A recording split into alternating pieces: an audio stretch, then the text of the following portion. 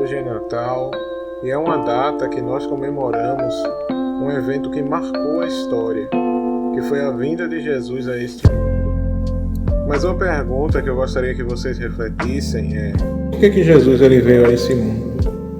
Mas antes de responder essa pergunta, eu gostaria de fazer uma oração pela sua vida. Senhor, meu Deus, eu te peço, Senhor, em nome de Jesus, Senhor, que o Senhor vá tocando, Senhor, na pessoa, meu Pai, que está assistindo esse vídeo, meu Deus. Em nome de Jesus, meu Deus, que o Teu Espírito Santo, meu Senhor, venha, Senhor, ensinando, Senhor, a Tua palavra, meu Pai, ensinando, meu Pai, o motivo, Senhor, dessa data, Senhor, que comemoramos, Senhor, este evento tão especial que marcou a história, meu Deus. Em nome de Jesus, Senhor. Amém. Nós vemos, né, que quando José ele estava querendo deixar Maria, e o anjo foi anunciar a José que Maria ela estava grávida pelo poder do Espírito Santo, o anjo disse a José o seguinte: ela dará à luz um filho e lhe porás o nome de Jesus, porque ele salvará o seu povo dos seus pecados. Então, por que Jesus ele veio a esse mundo? Para nos salvar dos nossos próprios pecados, ou seja, nos salvar de nós mesmos. Porque os nossos pecados, né, eles são uma coisa que nos fazem tão mal e nos afastam tanto de Deus, né? E muitas vezes a gente não percebe, mas um pecado, ele sempre vai atraindo outro pecado e se torna essa bola de neve que destrói a vida do ser humano. E Jesus ele veio a esse mundo justamente, né, para que pudéssemos ser livres dos nossos próprios pecados, para que pudéssemos nos reconciliar com Deus. Eu gostaria que você visse agora o que está escrito no Evangelho de João. No capítulo 1, do versículo 1 até o versículo 4. Eu estou usando a Almeida Revista e Corrigida. É uma tradução com a linguagem um pouco mais difícil para alguns, mas eu vou explicar. No princípio era o Verbo, e o Verbo estava com Deus, e o Verbo era Deus. Ele estava no princípio com Deus. Todas as coisas foram feitas por ele, e sem ele nada do que foi feito se fez. Nele estava a vida, e a vida era a luz dos homens. Então, o que essa passagem fala, né? No princípio era o Verbo. O verbo aqui, no original, é uma palavra chamada logos. E o que tem essa palavra grega logos, né? O que ela significa? Em grego, essa palavra pode significar palavra, discurso, consideração, que é como um discurso pensado, né? Um relato, uma narrativa. E existiam filósofos que eles utilizavam esse termo para se referir ao princípio que dá ordem ao universo.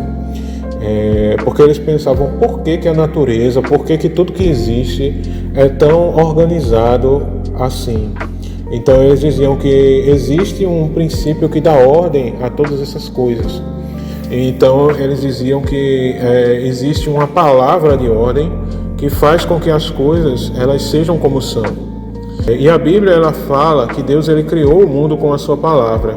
Então João, identificando uma coisa com a outra, ele utilizou esse termo logos como a palavra de Deus que criou o mundo. Porque em tudo Deus disse e as coisas se fizeram.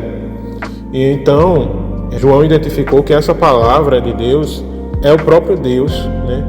Que ele criou a ordem, né? Que ele fez com que o mundo fosse da maneira que ele é. No versículo 14 diz assim: o Verbo se fez carne e habitou entre nós, e vimos a sua glória, como a glória do unigênito do Pai, cheio de graça e verdade. O Verbo, a palavra, nós já vimos o que significa, né?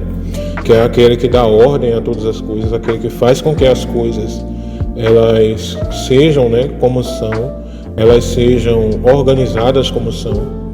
Ele se fez carne, ou seja, ele se tornou um ser humano e habitou entre nós. E uma curiosidade sobre esse habitou entre nós é que no original, né, literalmente esse verbo habitar é montar uma tenda, uma barraca.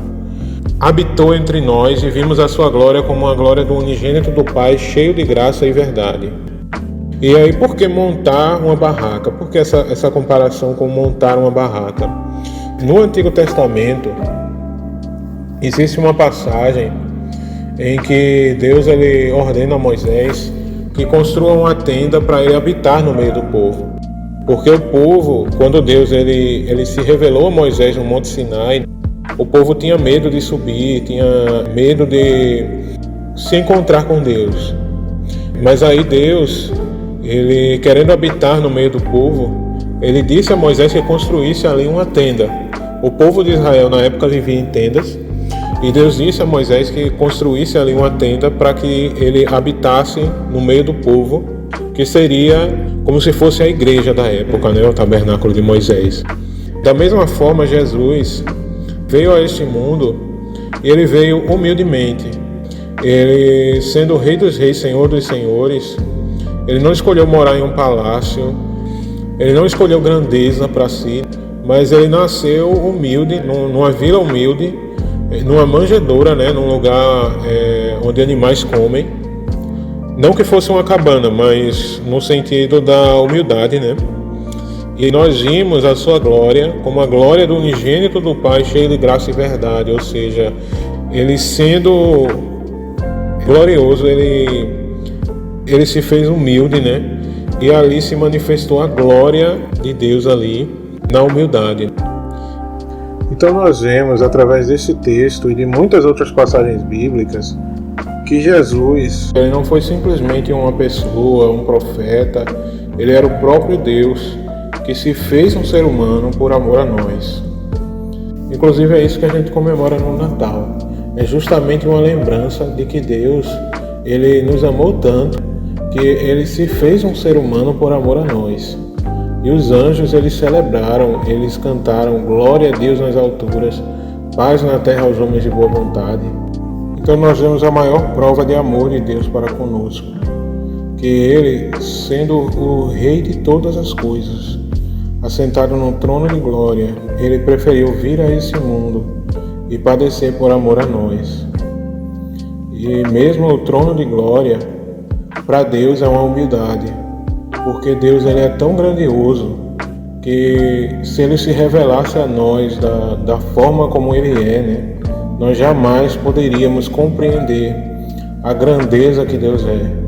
Mas ele, para se revelar, ele se faz humilde. Então nós vemos, né, aqui a maior prova do amor de Deus. Nós chamamos isso de o plano da salvação. Não perca o meu próximo vídeo em que eu vou dar mais detalhes sobre isso. E se você foi tocado por este amor, que você não perca a oportunidade de confessar Jesus como Senhor da sua vida. Diga para Ele assim: Senhor Jesus, eu te confesso como Senhor e Salvador da minha vida. Reescreve a minha história, escreve o meu nome no livro da vida e me ensina todos os dias a aprender mais de Ti. Perdoa os meus pecados, em nome de Jesus. Amém.